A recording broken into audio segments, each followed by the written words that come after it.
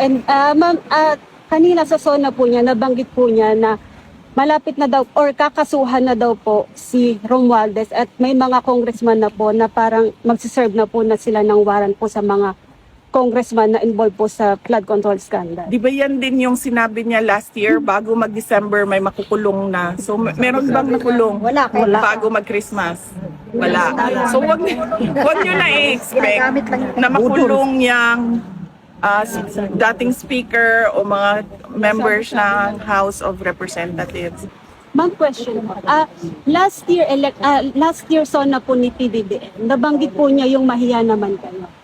And then according to him, ma'am, he's the one na nag-expose about sa corruption, especially po sa flood control scheme. And then sabi po niya, wala daw pong administrasyon ng mga nakaraan ang may nagawa tungkol dito. Siya lang daw po ang may mga napakulong and then may na-frozen na asset. Wala naman siya napakulong sa flood control scandal eh. At saka yung sinabi niya na mahiya naman kayo, it was a PR stunt na sinali nila yung linya na yon sa speech niya na nag-backfire. Dahil ang katotohanan naman kasi talaga, ghost projects yung flood control kung hindi man substandard, unfinished or substandard projects. No? So, sinasabi niya na lang yan ngayon na parang ako yung nagsabi ng mahiya naman kayo para mailayo niya yung sarili niya doon sa flood control scandal. Unfortunately, hindi niya pwedeng gawin na ilayo niya yung sarili niya doon sa korupsyon sa flood control scandal kasi siya yung pumirma ng budget. Yan yung inuulit-ulit ko na it is doon sa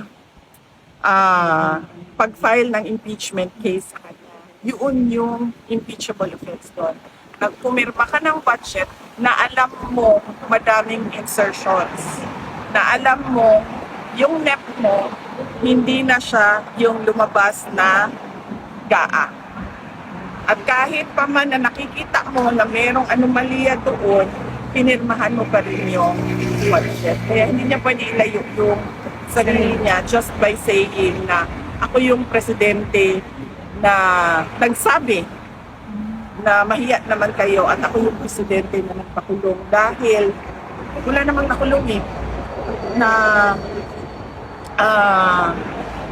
walang nakulong na mga tao na tumanggap ng mga maleta na galing sa flood control scandal. VP Inday, on a different matter, were you able to watch or perhaps read a transcript of the State of the Nation's address ni BBM? Hindi ako nanood ng SONA like last year and wala akong planong basahin ang nilalaman ng SONA o kahit man lang summary dahil I truly believe it is a waste of time of the Filipino people.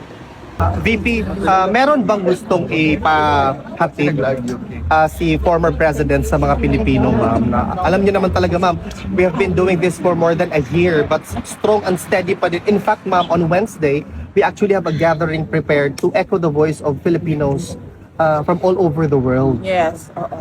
Meron tayong rally sa Wednesday, July 29 sa harap ng ICC. And this is a Free Duterte Now rally. And we will talk about the injustice that was done to President Rodrigo Duterte. Pinaalam ko ito kay President Duterte at sinabi ko sa kanya na I do not think this will help your case since from previous rallies napapansin namin na kinukuha ng ICC yung mga sinasabi natin at ginagawa nilang basihan sa kanilang mga desisyon.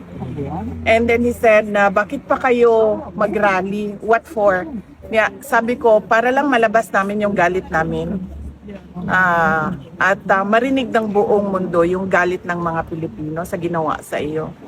And then sabi niya, okay, bahala kayo kung yan ang gusto ninyo. But I warned him that it will not help his case and he said, no, okay.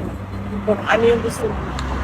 And you, ma'am, as our hope the torchbearer for the light na makikita namin sa 2028, the future President of the Republic of the Philippines. Yes. What's your message to your supporters, ma'am, na talagang lalaban hanggang sa dulo para sa bayan? On that note din, no, I am truly blessed kasi simula nung 2016 hanggang 2019, midterm elections ng presidency ni PRRD. Noong 2022, 2025, pinakita din yon ng mga tao yung kanilang suporta sa midterm elections. Hanggang ngayon, nandyan pa rin yung pagtitiwala at suporta ng ating mga kababayan. In fact, hindi lang yung kanilang suporta, hindi lang siya na parang, oh, gusto ko siya, sinusuportahan ko siya. Marami sa ating mga kababayan yung nagdarasal talaga gabi-gabi para we pray for Inday Sara, we pray for the Duterte family, we pray for President Duterte. Samantala, binidad ng Pangulo ang halos 25 billion pesos na nabawing pera mula sa mga akusado ng flood control scandal. Gagamitin daw ito sa edukasyon, medisina at iba pang pangangailangan ng mga Pilipino. Ito po ang pahayag dyan ng Pangulo. Ang pera ng taong bayan na muntik mapunta sa bulsa ng mga tiwaling opisyal ay naisalba natin. At sa halip na magamit natin at sa halip ay nagamit natin sa mabuti at para sa tunay na kapakanan ng mamamayan. Makakaasa kayo na ang gulong ng hustisya ay tumatakbo. Tumatak naman kay Senadora Risa Hontiveros sa mga sinabi ni PBBM kontra korupsyon. Pero aminado ang senadora na nakulangan siya sa SONA, gaya na lang kung paano raw giginhawa ang buhay ng mga Pilipino. Ito ang sinabi dyan ni Senator Hontiveros. I suppose hudyat na itutuloy tulad ng ginagawa namin sa Senado, lalo na sa Blue Ribbon Committee, at kukumplituhin yung prosesong sinimula nung investigasyon sa flood control scandal. At pinakagusto ko sanang marinig hindi lang ulat, kundi resibo. Resibo ng kung paano ba guminhawa ang buhay ng mga pamilyang Pilipino at paano giginhawa pa.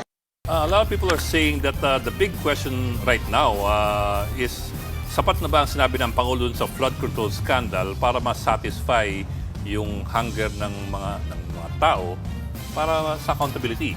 Kasi yes, binanggit at least pahaging si... Doon sa speech na medyo marami-rami din Bok na malapit sa sikmura, yung kanyang nabanggit ngayon. I think yun yung mga next items na. Yes. Say, go ahead.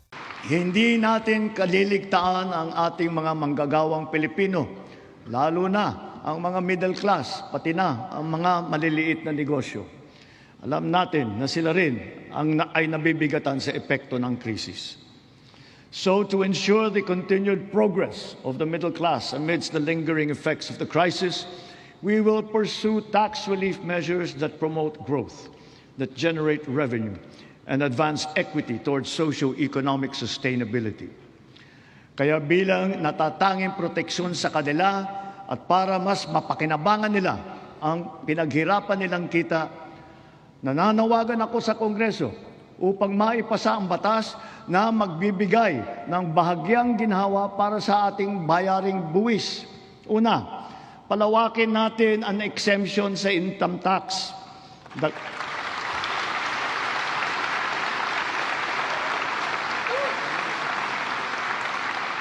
Ito,